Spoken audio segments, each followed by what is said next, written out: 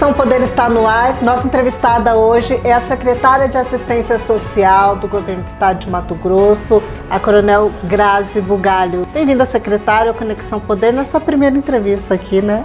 Sim, muito obrigado. Agradeço primeiro pelo convite, a oportunidade de estar aqui e de falar um pouco do serviço da Secretaria de Assistência Social e Cidadania. A senhora tem uma longa trajetória na carreira militar, né? E está desde o início de 2023 à frente da pasta de assistência social, que tem aí, digamos assim, uma vasta amplitude aí nos municípios de Mato Grosso, né? Nossos 141 municípios. Como é que tem sido essa experiência de mudança de gestão militar para gestão de assistência social? Bem, realmente, hoje, né, já tenho mais de 26 anos no Estado, servindo na Polícia Militar, sou coronel da Ativa e essa transição, ela para mim foi um processo natural. Minha formação é na área jurídica, sou bacharel em Direito, mas fiz especialização em várias áreas de gestão, né, no Direito Administrativo sempre foi a área em que eu dei aula, Direito Administrativo, Direitos Humanos, e fui coordenadora de polícia comunitária, né, após comandar vários batalhões e direitos humanos na PM, onde eu me aproximei mais dessa área, né, e quando eu tive a oportunidade de fazer também uma especialização em psicologia, a gente começa a ter uma visão mais transversal das políticas públicas. E quando eu recebi esse convite, realmente é um desafio. A assistência social e cidadania vai muito além do que as pessoas imaginam. Hoje nós temos um sistema único de assistência social no Brasil que às vezes até os gestores desconhecem, e externar tudo isso, conhecer a assistência social a fundo, conhecer a política pública relacionada ao trabalho, empregabilidade, desenvolvimento social, isso para a gente é muito gratificante. Desmistificar, porque às vezes isso também tem um certo mito para a sociedade. Então, associar toda a experiência que a gente tem com a segurança pública, e a gente entende que essas políticas hoje, mesmo assistenciais, elas são transversais. Então, muitas vezes, eu sempre digo isso, que algo que afeta a segurança pública nem sempre é problema de segurança pública, mas são problemas que se tornam da segurança porque já houve uma falha na educação, na assistência social e acaba desaguando em conflitos sociais que chegam até a segurança pública. Então, essa visão de estar lá hoje, a gente tem uma visão mais sistêmica de como funciona. Essa é a minha missão lá, e foi talvez por causa disso que eu recebi o convite, mas para mim é uma grande alegria de conhecer realmente a fundo a assistência social, a importância dos municípios, a importância do governo com essa competência de fazer um interrelacionamento entre os programas federais, estaduais e municipais de assistência social, e é isso que a gente está lá para cumprir no dia a dia essa missão de cuidar realmente das pessoas mais vulnerabilizadas do Estado. Sim, falando das pessoas mais vulnerabilizadas do Estado, nós vemos que entre os diversos programas tem chamado bastante atenção a questão da habitação, né? E vocês estão lançando agora também novos benefícios aí de habitação, e chama atenção que não é só para a região da capital, também para o interior, né? Eu queria aproveitar a sua presença até para a senhora explicar quem tem direito, como é que funciona. Bem, o Ser Família é um programa social completo e ele tem várias vertentes. O Ser Família foi idealizado pela primeira-dama Virgínia Mendes desde o início do governo para ter realmente uma interface em todas as políticas públicas para as pessoas mais vulneráveis. E o Ser Família Habitação, ele também tem vertentes diferentes. Ele tem o que a gente chama de faixa zero, que é ligado totalmente à CETASC e à Sinfra, onde lá em 2021, né, através de um decreto do governador Mauro Mendes, os municípios que tinham interesse, que tinham área disponível, fizeram a adesão. Então são 79 municípios que aderiram a esse tipo de convênio. Desses 56 já estão com obras em andamento, né, para construção de até 50 unidades totalmente gratuitas. Nesse caso do faixa zero, nós estamos falando de pessoas com renda per capita de até R$ 218 da família. Então são pessoas que estão em uma situação de extrema vulnerabilidade. Essas pessoas seria a moradia gratuita? Gratuita, totalmente gratuita. E as outras pessoas gratuita. com Aí um as benefício. outras pessoas vão por faixas de renda, né? Então tem o faixa 1, 2, 3, até 2.000 de renda familiar, outro de 2 a 4, aí de 4 a 6. Esse, que é o Ser Família Habitação, para essas faixas, é um programa junto ao o governo federal, através do Minha Casa Minha Vida, onde o governo do estado, o que ele fez de diferente junto à MTPAR, junto ao governo federal? O governo estadual, ele banca a entrada da habitação para essas famílias, porque muitas vezes uma família que tem uma renda ali de R$2.000, ele não tem condições de tirar. Ela consegue pagar uma parcela, mas ela não consegue desembolsar um valor 10% maior do valor. Então, o diferencial do governo de Mato Grosso é o governo bancar essa entrada até R$20.000. E o restante com Minha Casa Minha Vida, né, através da Caixa Econômica Federal, via MTPAR, a pessoa acessa o Minha Casa Minha Vida, que vai fazer o financiamento disso junto à Caixa Econômica Federal. Então, o Estado vem e traz um complemento para essa ação que já existe. Então, nós temos duas vertentes do Ser Família Habitação. Hoje nós temos o SIAB, que é o Sistema de Habitação aqui do governo de Mato Grosso, onde a pessoa entra lá, tudo online, faz a sua inscrição, coloca os seus dados cadastrais, já vê lá por município quais são os municípios que têm já condomínios lançados, né? Porque se o município, o prefeito entrar com a área, baixa o custo do imóvel, mas também tem empreiteiros que vão e entram com a área e se cadastram. Claro que tudo isso vem via projeto aprovado junto à Caixa Econômica Federal, mas é mais uma forma de oferecer algo para a população. Então, nós temos essa vertente. Hoje nós estamos com 3.700 unidades sendo construídas no faixa zero através de convênios com os municípios e o SIAB aí lançado junto à MTPAR, né, e a Caixa Econômica Federal para outras milhares de casas atendendo esse público de faixa 1, 2 e 3 que vai aí com renda até R$6.000. Né? E fica o questionamento também com relação a esse faixa zero, secretária. Quem é que realmente tem direito? Por que eu estou perguntando para a senhora? A gente viu agora recentemente a polêmica daquele pessoal que foi retirado da área do contorno leste. E a gente viu que houve uma grande pressão deles para que conseguisse moradia através do Estado. E também acompanhamos que um relatório da Justiça, se não me engano, apontou que somente uma família seria realmente sem teto, o restante das famílias teriam para onde ir. Eu não sei se seria casa de parente ou seria casa alugada, não tenho conhecimento disso, mas sem teto tinha uma família. Mas tem uma fila já, né? Porque parece que eles estavam querendo furar a fila, né? E a gente viu também que ali tinham moradias construídas até com um certo padrão ali de planejamento de alvenaria, tinha casa construída até com piscina, né? Então, como funciona? O decreto pressupõe que a casa, que ela é totalmente gratuita, primeiro, a renda per capita da família tem que ser de até R$218. Essa família tem que estar no cadastro único da assistência social, que é um cadastro federal. Não é chegar dizendo eu sou sem teto, quero uma casa. Ela tem que estar lá dentro e tem vários recortes. Né? Nós temos um decreto para isso. Dentre eles, estar no município há pelo menos 5 anos. Então, ela tem que já ser uma família referenciada.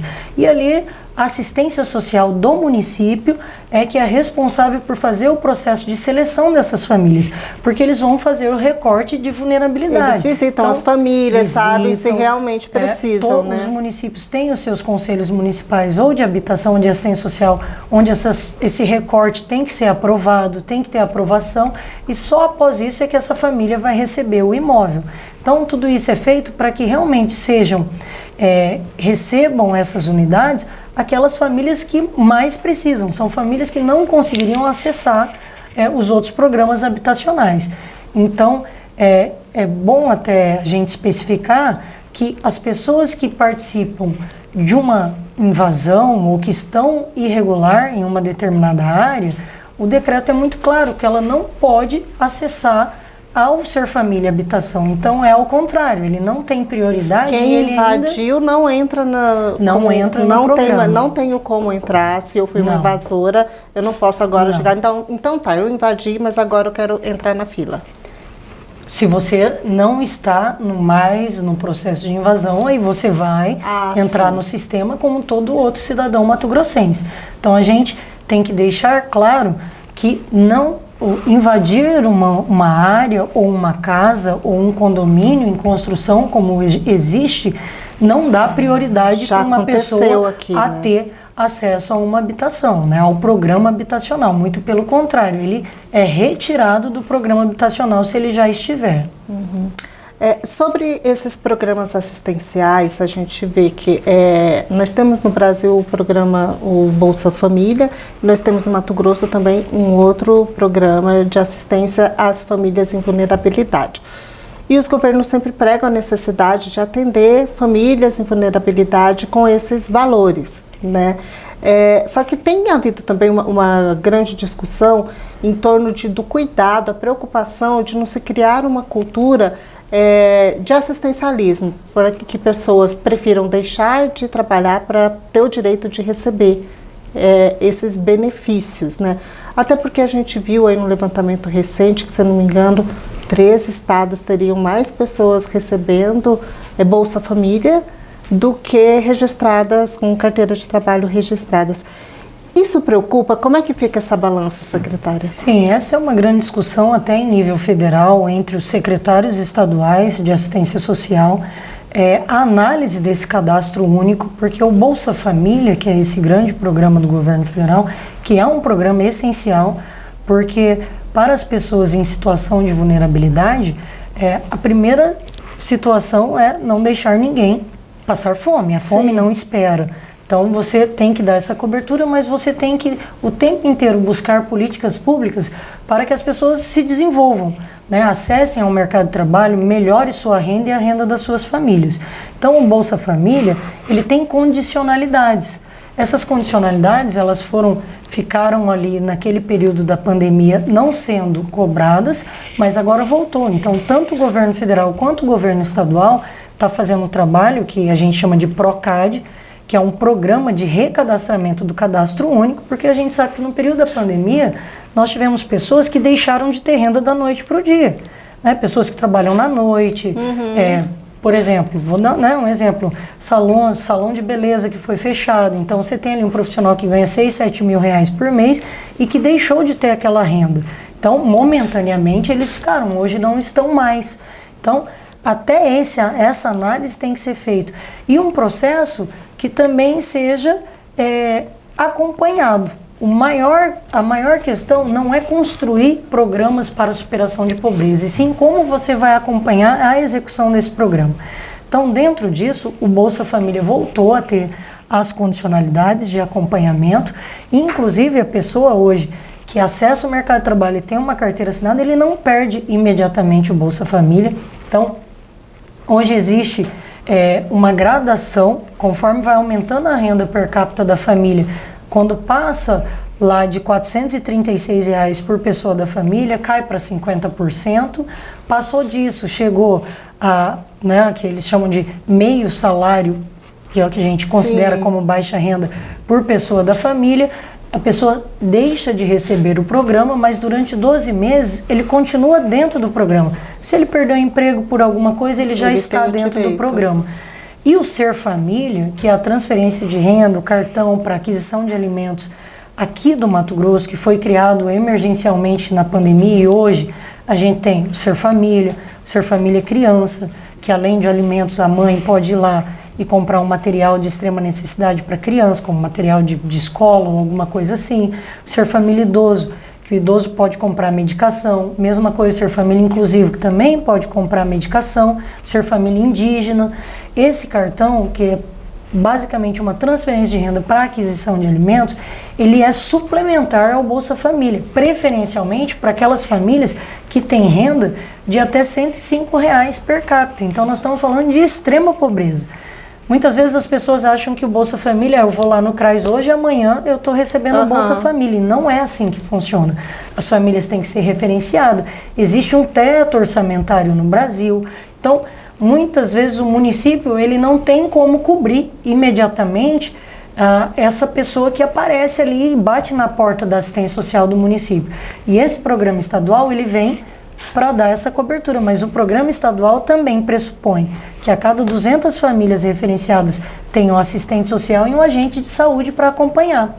Os filhos têm que estar matriculados na escola, assim como a família tem que pelo menos uma pessoa, num período de 12 meses, ser matriculados num curso de capacitação, seja ele do estado ou do município. Para buscar uma profissão, né? O estado entrou com o Ser Família Capacita, que são vagas oferecidas através do Senai, contratados do Senai, cursos totalmente de graça nos 141 municípios. O ano passado nós fizemos curso em 117 municípios, fora aqueles cursos que o próprio município oferece. Então, a pessoa 12 meses, não colocou ninguém para se capacitar, a família está sendo acompanhada, ela sai do programa porque ela não cumpriu as condicionalidades. Nosso objetivo não é manter pessoas em programas socioassistenciais, e sim ser mais uma ferramenta para o desenvolvimento. Tirar essas pessoas da pobreza. Exatamente. Né? É um auxílio, digamos. É um auxílio, assim. Mas dando ferramenta para que ela acesse outros níveis de renda. Esse é o grande objetivo. Mato Grosso, diferente desses outros estados, nós estamos com praticamente empregabilidade total. Sim. O segundo estado em empregabilidade, né, em torno de 2% aí na taxa de desemprego. Então, atrás ali de Rondônia, mas por algumas casas decimais após a vírgula, e o nosso objetivo é chegar à empregabilidade total sempre, mas que essa empregabilidade total melhore a renda das famílias. Então, por isso que a gente continua investindo em capacitação, pedindo esse apoio da sociedade, porque muitas vezes aquela família ali que está vulnerabilizada tem até a dificuldade de acessar um curso ou de entender que ele pode ir além, de romper essa barreira até do ciclo da pobreza. Até de ter conhecimento desse curso também. Exatamente. Não chega essa pessoa. Então, né? Aí entra assistência social, estados, municípios, o terceiro setor, a imprensa como um todo, né, para estimular isso. E esse é o grande desafio hoje da assistência social, o desenvolvimento social. A gente vê que avaliações do censo apontam que Mato Grosso tem uma das menores taxas de pobreza, né? Mas a gente vê que há um quadro, né, no estado com desigualdades entre os municípios. Municípios, por exemplo, que são produtores do agro, estão entre os mais ricos. Já outros municípios têm uma realidade muito diferente. Você citar o exemplo de Barão de Melgaço, né? Que a prefeita teve aqui, coitada, ela até chorou falando das dificuldades enfrentadas ali no município, né? Qual que é o quadro que a senhora vê hoje dessa distribuição de renda e a preocupação que se tem com relação a buscar uma equidade com relação a isso? A desigualdade social é onde mede realmente como uma sociedade vive bem ou não, porque geralmente usam PIB, né, para mensurar o desenvolvimento de um estado. Mas para nós da assistência social é sempre o índice de Gini, porque é através dele que a gente mensura. Qual é o índice? O índice de Gini. Que é um índice esse? Onde você mensura a desigualdade social. Porque assim, quando a gente trabalha com o produto interno bruto, que é toda a riqueza produzida por todos nós juntos, você tem um panorama do estado, mas aquele panorama ele não é real quando você olha pessoas. Sim. Então você pode ter uma camada social com muita renda e uma camada social em situação de miserabilidade. Então as políticas públicas ela busca justamente para essa camada social elevar de alguma forma, e é isso que a gente chama de desenvolvimento social, que o desenvolvimento do estado tem que chegar para todos. Então numa situação igual Barão de Melgaço, você citou aqui, a análise tem que partir de todos, não apenas da assistência social. A assistência social ela vai levar os programas sociais, primeiro, né, sempre através do município, a execução da assistência social. Como nós temos hoje uma lei federal que fala o que é competência do município, do estado, do governo federal, que é muito parecido com a saúde. A diferença é que na assistência, infelizmente, nós não temos uma verba carimbada igual à saúde, mas a execução é feita pelo município. O governo do estado de Mato Grosso cofinancia a assistência social municipal, inclusive nós saímos de 9 milhões em 2022 para 28 milhões em 2023. E agora em abril, até o dia 17 de abril, os municípios prestando conta do exercício anterior, nós pactuamos, né, entre todos os municípios e estado, que a gente vai fazer o repasse. Então é um dinheiro que sai do Fundo Estadual da Assistência para o Fundo Municipal, justamente para executar a assistência. Tanto naquelas questões eventuais, cesta básica, urna quem conhece a família é o município. É o município. Né? Então, é um recurso que nem todos os estados garantem, mas Mato Grosso vive hoje uma gestão realmente eficiente, uma gestão fiscal, que faz com que o nosso governador olhe para a assistência social e fala, não, eu vou cofinanciar os municípios porque diminui essas desigualdades. Exatamente. Né? E como que a gente faz esse cofinanciamento? Pelo número, não pelo porte. Né? Quando eu assumi, estava nesse período de transição, até então era feito pelo porte, tamanho de município, porte, né? Que a gente trabalha município porte 1, 2, 3, médio porte, grande porte, capital. Hoje não, nós pactuamos entre as secretarias municipais e o Estado que a distribuição é pelo número de famílias atendidas, referenciadas, porque eu posso ter municípios de 50 mil habitantes, onde um tem 5 mil famílias referenciadas e o outro tem 10 mil. Então, como que eu vou tratar dois municípios iguais se um tem mais famílias em vulnerabilidade que o outro? Então, hoje, o cálculo é feito através disso e a gente usa um critério que está lá estabelecido no governo federal. Então, quando a gente olha para Barão, a gente vai olhar para Barão de acordo com o número de famílias que Barão tem nessa situação. E aí, quando a gente fala de políticas públicas, é buscar qual é a potencialidade desse município. Qual é o potencial de Barão para se desenvolver? É turístico? Não é o agro. Não é o agro. É totalmente Pantanal ali, né? Totalmente Pantanal. É o turismo. O que que é? Então, trabalhar para que o município se desenvolva nessa área. Então, esse, né, tem que ser o olhar, e não é o olhar apenas da assistência social, tem que ser o da gestão municipal, mas assim como uma política transversal, da assistência, do turismo, do desenvolvimento econômico. Então, uma junção de tudo isso, né? Eu já tive com a prefeita de Barão, com o Ministério Público, que tem buscado um trabalho diferenciado também naquela região para atender. Então, como que a gente atende as famílias querendo? Nós temos Ser Família Solidário, que leva cesta básica, cobertor, mas a gente sabe que isso é uma assistência imediata, mas a longo prazo, realmente, a gestão municipal tem que ter esse olhar para propor alternativas de desenvolvimento para aquelas famílias. Saiam, né, dessa situação. E assim, índice hoje, nós temos muito. Hoje nós desenvolvemos agora no estado, foi aprovado pelo governador o IDSUAS, que é o Índice de Desenvolvimento do Sistema Único de Assistência Social de cada município.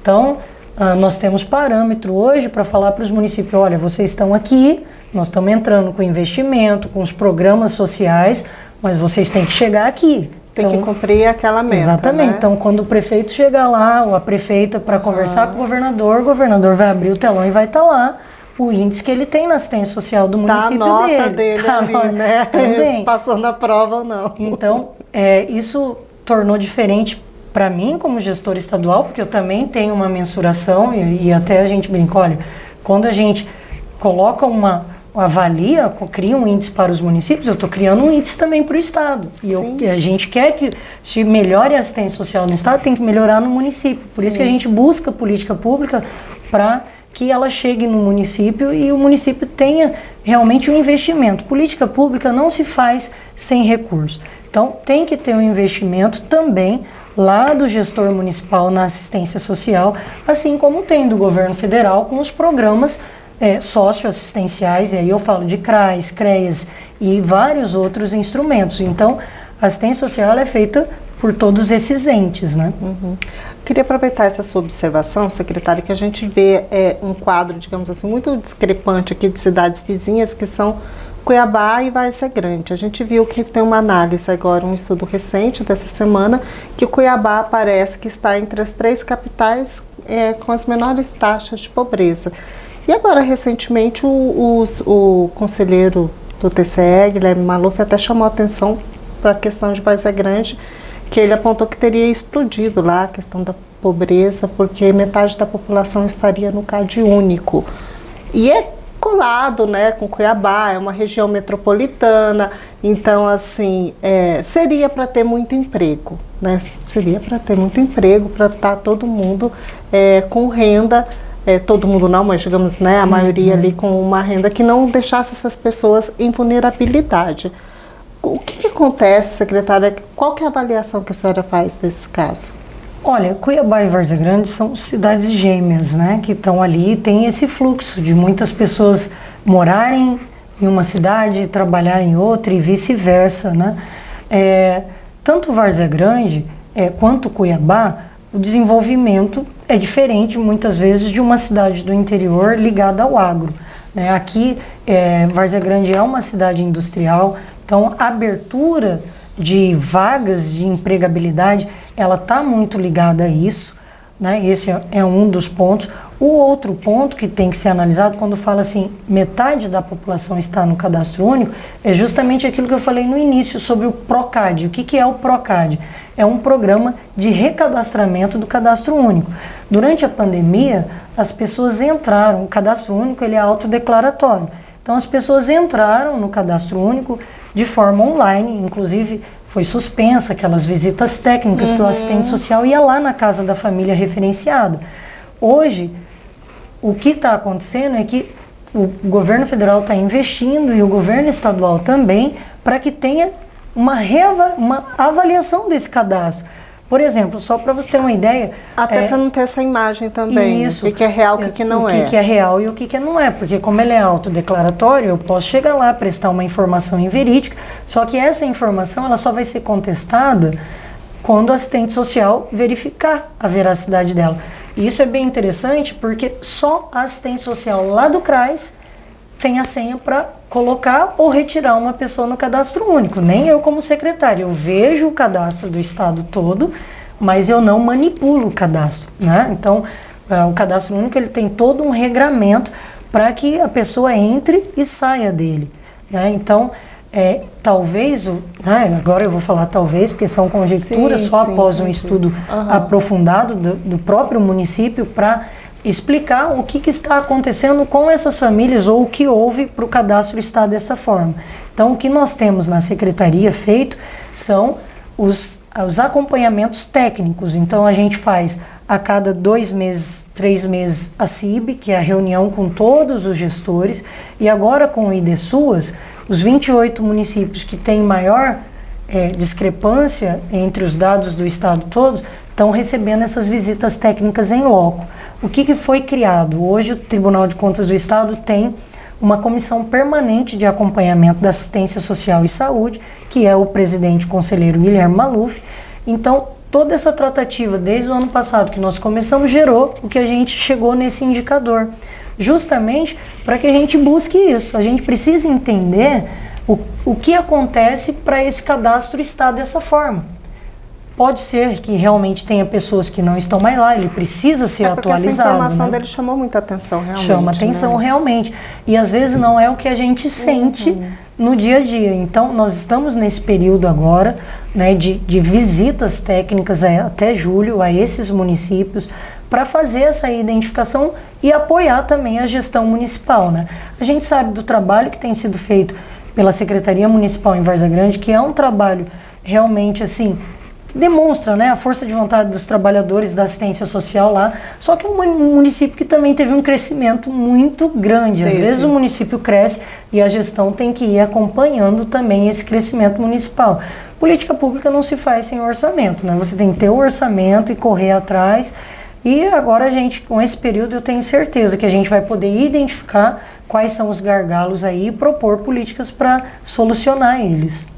Eu estou vendo a senhora com a camiseta do programa Ser Família Mulher e já aproveito também para a gente comentar e até fazer um apelo social aqui à população, que é sobre o conhecimento, até pelo acolhimento, né, que o Estado tem com relação às mulheres que sofrem violência doméstica, né? Porque a gente tem números alarmantes de feminicídio e o Estado tem esse benefício de acolher a mulher em violência doméstica e muitas pessoas não sabem que isso existe, né? Que esse programa existe, que essa ferramenta está disponível aí para a população e a gente precisa divulgar isso, né? Para evitar que mais mulheres sejam vítimas de feminicídio porque não tinham para onde ir e ficaram na mesma casa que o agressor.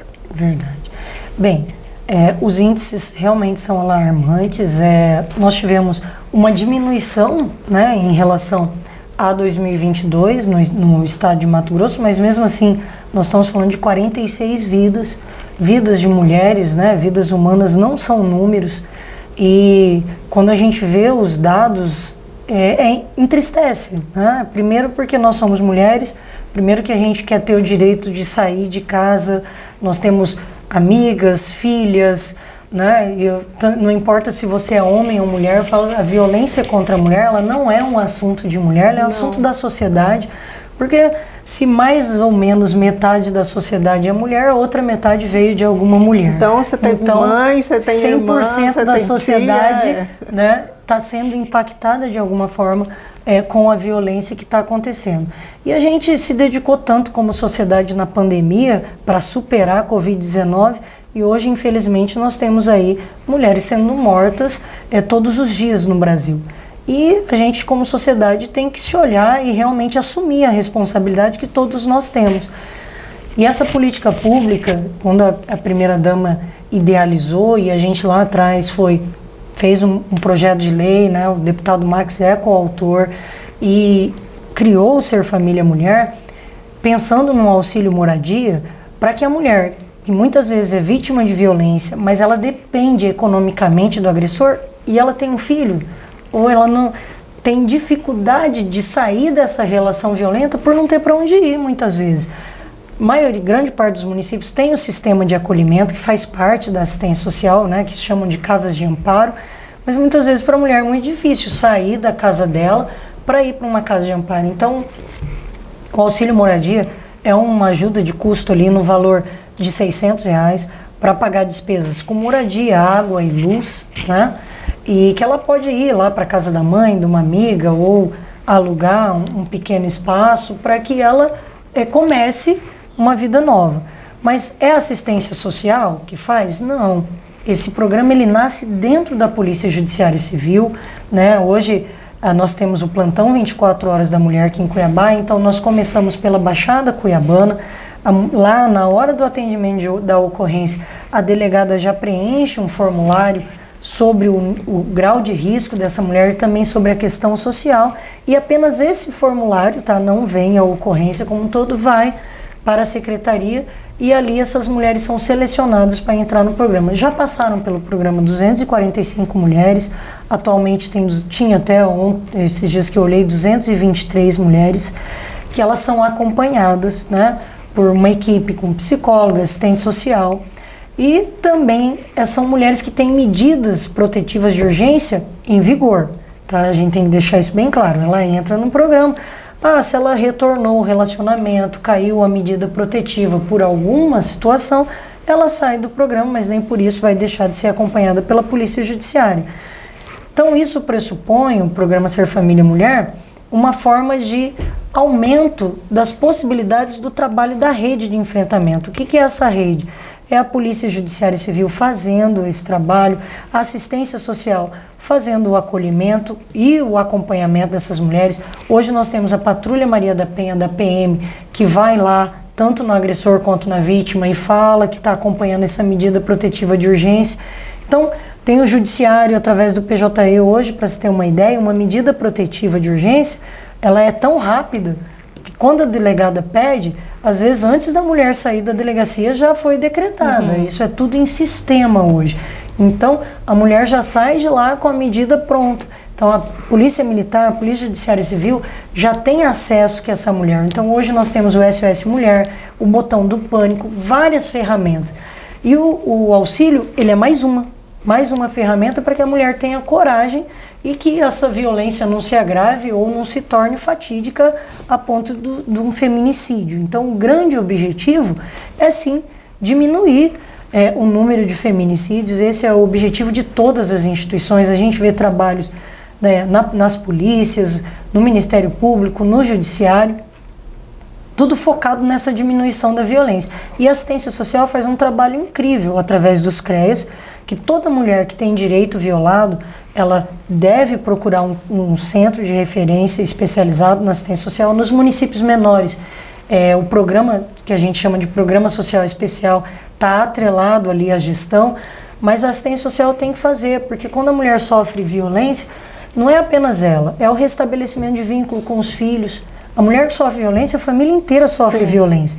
né? Uma mulher que sofre uma lesão e o seu companheiro vai responder o processo e vai preso, a família toda foi degradada, né? Imagina a criança, tem um pai preso, a mãe vítima de violência. Então, reconstituir esses vínculos, inclusive entre mãe e filho, também é função da assistência social. E o programa ele busca isso, trazer assistência social. E a expansão dele, hoje está em 8 municípios, como vai ser feita a expansão? É o que todo mundo pergunta. Quando vai chegar no meu município? Polícia Judiciária Civil está fazendo a expansão do plantão 24 horas da mulher de forma online. Então, a mulher lá no município do interior, ela vai ser, após a capacitação dos policiais daquele município, ela vai ser atendida, né, pelo delegacia normal, e a delegada aqui do plantão vai acompanhar essa ocorrência, dando todo o suporte necessário. E, a partir dali, vai entrar via Secretaria Municipal de Assistência Social. Então, agora, fora os municípios da Baixada, já teve a capacitação da Polícia Judiciária Civil lá em Sorriso, né? O próximo é Lucas do Rio Verde, então tem todo um cronograma para que até dezembro de 2025 a Polícia Civil leve esse atendimento online, que eles criaram um sistema, né, através da nova coordenadoria da mulher da Polícia Judiciária Civil, que chama Casa de Eurídice, até uma homenagem à mãe da primeira-dama Virgínia Mendes, para que chegue lá. Então, entrando pela polícia, aí vem para a assistência social, porque o nosso objetivo não é apenas levar o recurso, sim, e sim que essa medida seja efetivamente acompanhada. Então, a gente crê que chegando, capacitando a polícia, tendo o acompanhamento da polícia militar, assistência social junta, a gente tendo também o retorno do judiciário, olha, a medida caiu, não caiu, porque muitas vezes a gente não tinha esse retorno. Então, toda essa construção fortalece a rede de enfrentamento, fortalece todas as instituições e dá coragem para a mulher denunciar. Aí, né, até ontem me perguntaram isso. Mas isso não vai fazer com que aumente o número de denúncias? Eu falei, esse é o grande objetivo. Se aumentar o número de denúncias de casos de lesão corporal ou de agressão verbal, a gente está alcançando o objetivo. Nosso grande objetivo é que diminua o número de violência grave. E se a mulher denuncia no primeiro ato de violência, com certeza não terá o agravamento dessa violência. Então, a gente acreditando nisso, é que essa política foi construída. Nós vamos colocar aqui o endereço virtual da Secretaria, até porque lá vão ter os links de todos esses programas que a gente está falando, né? O pessoal pode acessar e entender um pouco melhor. Secretária, aproveitando toda a sua experiência militar, a gente viu que recentemente a STF colocou aí que agora não pode mais ter diferença de quantidade de candidatos para concursos mulheres e homens, né? Inclusive para a área da segurança. Qual que é a sua avaliação? Você acha que isso já deveria ter acontecido antes, ou que as mulheres de alguma forma que passarem em concurso vão ter algum tipo de problema, impedimento, até porque o que a gente vê na realidade nas ruas são mais homens no policiamento nas ruas, né? Qual que é a sua avaliação a respeito? Olha, na questão, vou falar da Polícia Militar, que é a instituição a que eu pertenço. Quando eu entrei, realmente o concurso era 10% de vagas para mulher. Houve uma mudança na legislação recente, então hoje são 20%. O que a gente entende é que algumas funções, algumas atribuições ainda têm requisitos físicos diferentes, né? Mas se você tem requisitos físicos diferentes, que isso seja cobrado nos testes físicos, como a gente sabe que para Polícia Militar, Polícia Civil, Polícia Federal, vários desses concursos têm exames físicos para que você entre e acesse isso. Então, as diferenças biológicas entre homens e mulheres são naturais e vão acontecer são sempre. Reais. São reais. A gente fuja disso. São reais. O que as mulheres buscam é a equidade de direito.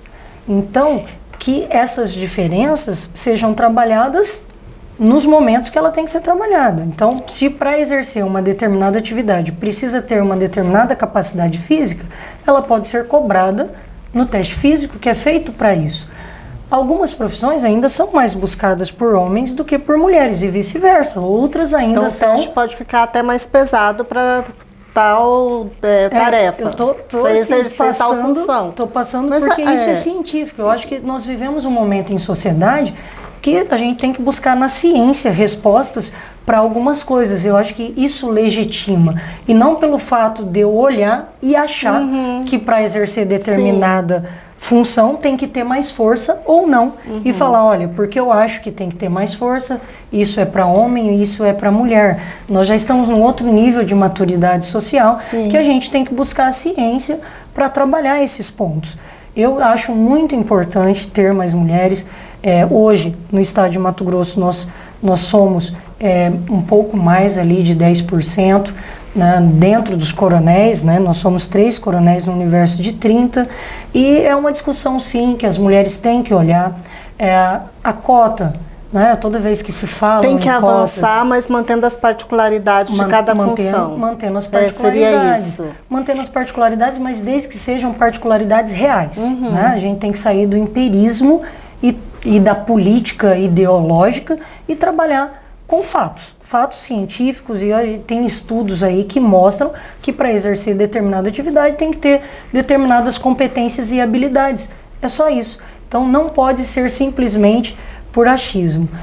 Hoje as mulheres têm capacidades para estar em qualquer espaço, e acho que quanto mais, né, eu sempre falo isso, olhar para trás e agradecer, porque eu não estaria aqui hoje se não tivesse tido milhares de mulheres que vieram antes da gente e abriram oportunidade até para que eu estivesse numa instituição que até então era permitida só a homens, né? Então as mulheres começaram a acessar as funções, né, militar, a carreira militar, só na década de 80.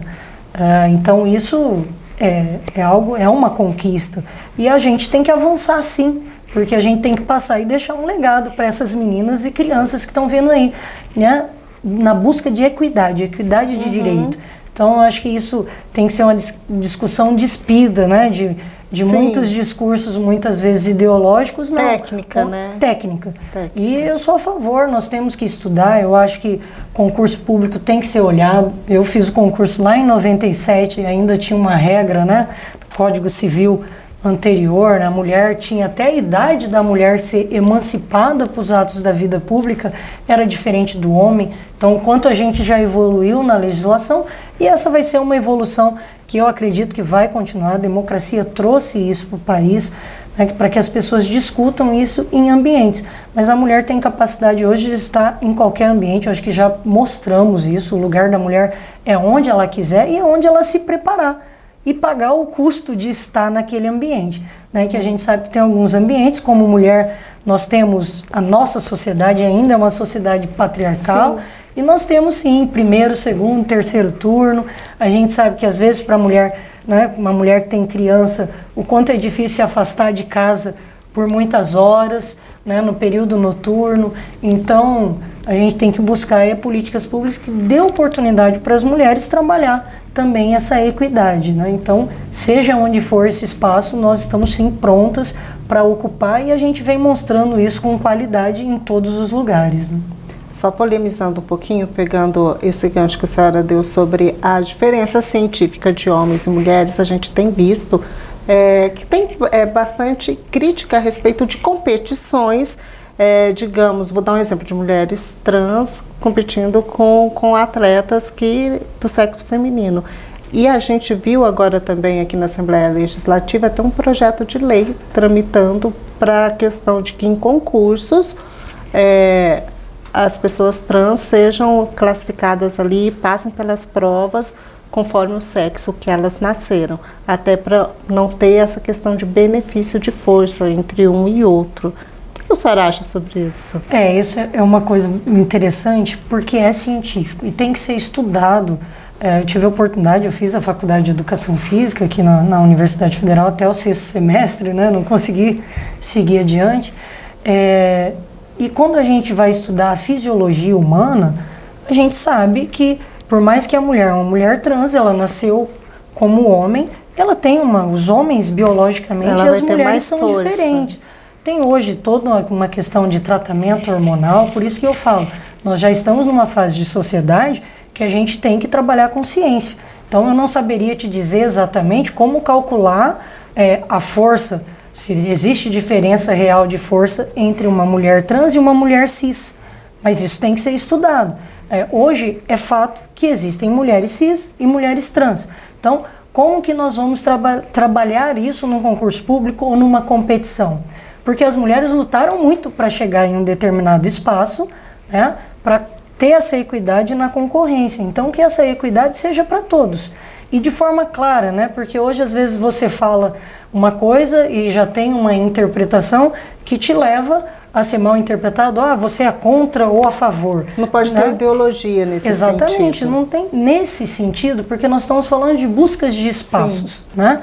As coisas têm que ser claras. Então, se uma regra serve para mulher e para homem, também vai servir para uma mulher trans e para um homem trans, desde que ele se enquadre nisso. E aí a gente fala mais uma vez, biologicamente, eu estou falando de fisiologia humana. Na fisiologia humana, quando a gente nasce homem ou mulher, você tem lá, né, os seus genes, a sua carga genética, e o homem é diferente. O homem tem mais força do que mulher, a mulher tem percentuais de gordura corporal maior do que homem, por isso que tem adaptabilidades em algum esporte que a mulher tem mais facilidade. Ser mulher em alguns esportes traz mais facilidade, ser homem em outros traz maior facilidade. Isso a gente vê assistindo Olimpíadas e qualquer outro tipo de esporte. Então, é difícil, é uma pauta hoje extremamente complexa, por isso que eu falo mais uma vez, tem que ter ciência. Isso vai ser complicado. Vai ser complicado, não vai ser fácil. Porque tem que ter ciência, né? Se eu der minha opinião aqui, vai ser empírica e vai ser achismo. E é justamente isso que eu estou falando que não deveria ter, né? Então, tem que ser estudado, não pode ser apenas um projeto de lei, porque eu penso assim. É muito complexo, né? Digamos. Exatamente. Assim, para vir só de um projeto de lei. Para a gente concluir, secretária, vou aproveitar a sua presença, que tem um tema sensível que a gente sempre aborda aqui no Conexão Poder, que a gente não vê assim, um avanço de solução com relação a isso, e que está na nossa cara aqui no dia a dia em Cuiabá, que são essas crianças venezuelanas sendo exploradas nas ruas pelas pessoas que ficam ali pedindo esmola, né? A gente sabe que em alguns casos as pessoas têm até oportunidade de trabalho, mas elas preferem estar ali pedindo esmola e expondo essas crianças a tudo, né? A todas as adversidades. E a gente não vê isso com questão de brasileiros, né? A gente não vê, a gente vê isso com questão de venezuelanos, até porque existem uma série de penalidades aí que se o brasileiro for lá, o brasileiro não vai, a criança está na creche ou está em casa, na rua ali pedindo esmola, a gente não vê isso, a gente já viu isso no passado, mas a gente não costuma ver mais. O que pode ser feito, o que tem sido feito, qual que é o caminho para resolver isso? Bem, hoje aqui em Cuiabá, nós estamos tendo um processo de migração dos venezuelanos da etnia Uarau. Então, são indígenas, né? Venezuelanos, que são esses que a gente vê circulando na cidade. Eles estão ocupando uma área atrás ali da Fernando Correia, né, na Havan. Como eu falei, o primeiro atendimento da assistência social sim, do município. Então, nesse caso dos índios, dos indígenas da etnia Uarau, o Ministério Público fez uma grande comissão, nós fomos chamados, primeiro veio inclusive via judiciário, para conhecer essa realidade. Então nós fomos lá, eu estive lá, conhecemos essa realidade.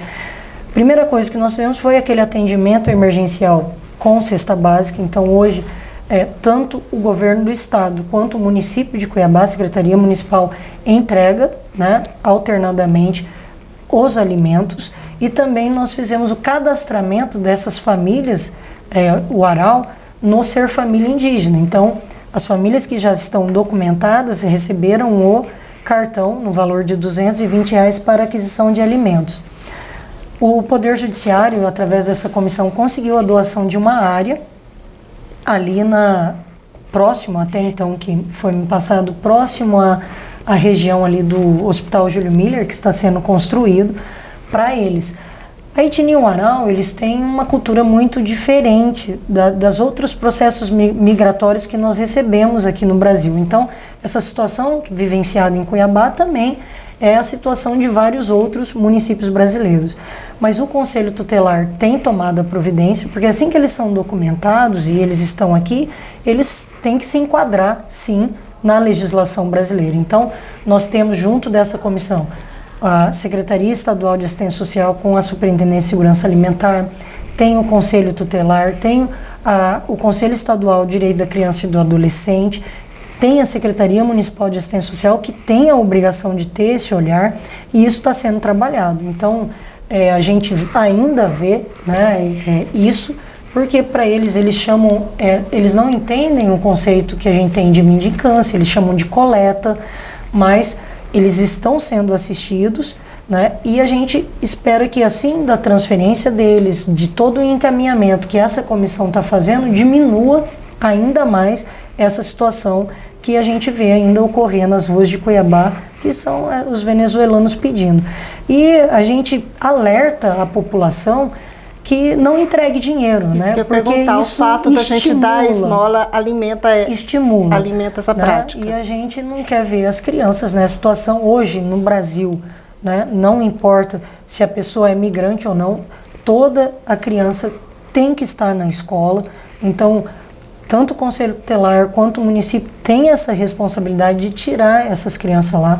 No final do ano nós fizemos um convênio com a Pastoral do Migrante, da Casa do Migrante, onde nós aportamos 1.300.000 recursos da Secretaria Adjunta de Direitos Humanos, da CETASC, justamente para o acolhimento ao migrante que geralmente chega via capital, né? Então a pessoa é acolhida, é encaminhada para retirada de documento, é acolhida até que ela arrume um local para ir. Então todo esse trabalho o Estado tem dado um suporte também, mas essa competência de fiscalizar a questão das crianças é do Conselho Tutelar. Então a gente diz e pede esse apoio para a sociedade. Verificou que tem uma criança ali no semáforo pedindo, informe o Conselho Tutelar, informe a polícia para que essa criança seja retirada dessa situação. Porque utilizar a criança para isso é crime, né? Tanto para isso ou para um trabalho, que é trabalho infantil, ele é análogo à escravidão, porque a criança ela tem que estar num ambiente escolar para que ela tenha a alimentação adequada e o seu processo de desenvolvimento. Então a gente precisa do apoio da sociedade para diminuir essa ocorrência aqui, até porque essas famílias já estão sendo assistidas pelo poder público, tanto municipal quanto estadual. Ou seja, o benefício maior que a população pode fazer é informar que aquela pessoa está ali fazendo essa exploração com essa criança do que dar uma esmola. Eu vou dar aqui R$10 para comprar um leite, R$15 para comprar uma fralda. Né? E aí só alimenta essa cultura. Exatamente. Era isso que a gente queria ouvir da senhora. Secretário, eu quero agradecer sua entrevista, Conexão Poder. Fica a nossa caneca de presente para a senhora leve para o seu gabinete. Tenho mais uma pergunta para a senhora e aí o espaço está aberto para suas considerações finais. Como é que a senhora tem recebido todo esse burburinho em cima da senhora, que a senhora seria uma das pessoas que poderia ser candidata a vice na chapa do Botelho? Bem, primeiro eu fico feliz e entendo que isso é um reflexo do trabalho do governo do estado como um todo na CETASC. Então, o nosso trabalho talvez tenha sido visto, tenha sido olhado, principalmente nas regiões mais periféricas, né, onde estão as famílias em vulnerabilidades que são atendidas. E às vezes o trabalho aparece, as pessoas têm uma visão diferente e acaba gerando esse tipo de burburinho, como você disse. Então, por esse aspecto a gente fica feliz. Por outro aspecto, a gente está nessa função, né, convidado pela primeira-dama e pelo governador do estado. A gente faz parte de um grande grupo que é esse governo do estado de Mato Grosso. Então, fico feliz, mas não existe. É boato, não é fato? Não existe esse fato, né? Mas Cuiabá é uma cidade que merece, sim, uma gestão decente, uma gestão eficiente e que entregue política pública de qualidade, que infelizmente não é isso que a gente vê na realidade. Então, seja qual for a candidatura, que seja focada nisso, de entregar o melhor para a nossa população. Todos nós vivemos aqui e as pessoas vivem nas cidades e nós merecemos ter uma cidade decente, uma cidade que seja boa para todas as pessoas, para as mais vulneráveis e para as pessoas que estão nos centros urbanos também. E é o que infelizmente a gente está vendo aí, a nossa Cuiabá que a gente tanto ama, onde a gente está com a nossa família, precisando de uma gestão eficiente. Espero que seja como for e que venha com esse olhar de mudar a realidade do nosso Cuiabá. Tá certo. Obrigada, secretária. Eu que agradeço. Fica o espaço aberto para suas considerações finais, caso tenha algum assunto importante para a secretaria que a gente não tenha colocado aqui. Eu acho que foi colocado grande parte, né, do Ser Família. Quero deixar aqui o convite para quem está nos assistindo sobre o Ser Família Capacita. O Ser Família Capacita é um grande projeto hoje para todo o estado de Mato Grosso, que é a capacitação, é um convênio do estado com o Senai, que a gente pode oferecer até 50 mil vagas. Então, você jovem, principalmente, que quer entrar no mercado de trabalho, entra lá no site da CETASC, clica lá, Ser Família Capacita, você vai ver cursos aí em todo o estado de Mato Grosso, e a gente quer estimular as pessoas a quererem se capacitar para entrar no mercado de trabalho, ou já estou no mercado de trabalho, mas quero melhorar a renda da minha família.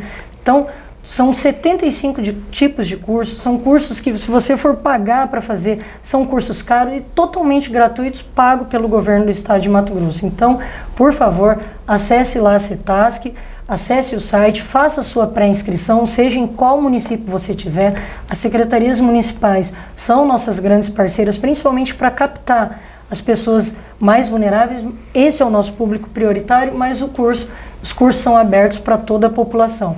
A gente vê depoimentos de pessoas que mudaram a sua realidade, né? São oportunidades, né? Abre a porta, transforma. Isso. Eu tive lá no Senai e é muito bonito participar de uma formatura, e uma delas que me marcou foi quando uma mulher falou, olha, já na quarta semana de curso eu comecei a mudar o meu negócio e hoje eu já consigo fazer bolos para vender e eu estou conseguindo sustentar a minha família. E ela acordava 5 horas da manhã para deixar a filha com alguém da família, para depois ir para a creche, para que ela pudesse conseguir chegar no Senai para fazer o curso. E em um mês ela já estava mudando a realidade. Gente, o trabalho muda a realidade da vida de uma pessoa. Nós mulheres, principalmente, né? A gente sabe que temos aí inúmeras mulheres que são chefes de família. Então é uma oportunidade, sim, para que você aprenda mais e consiga melhorar a sua renda. Então acesse lá, faça a sua inscrição no curso e faça o curso, e se tiver oportunidade, faça outro, e assim que a gente vai melhorando e aprendendo mais. Então, muito obrigada a vocês pela oportunidade de poder divulgar aqui. A dica de oportunidade, gente. Obrigada, secretária. Tchau, Eu que tchau. agradeço.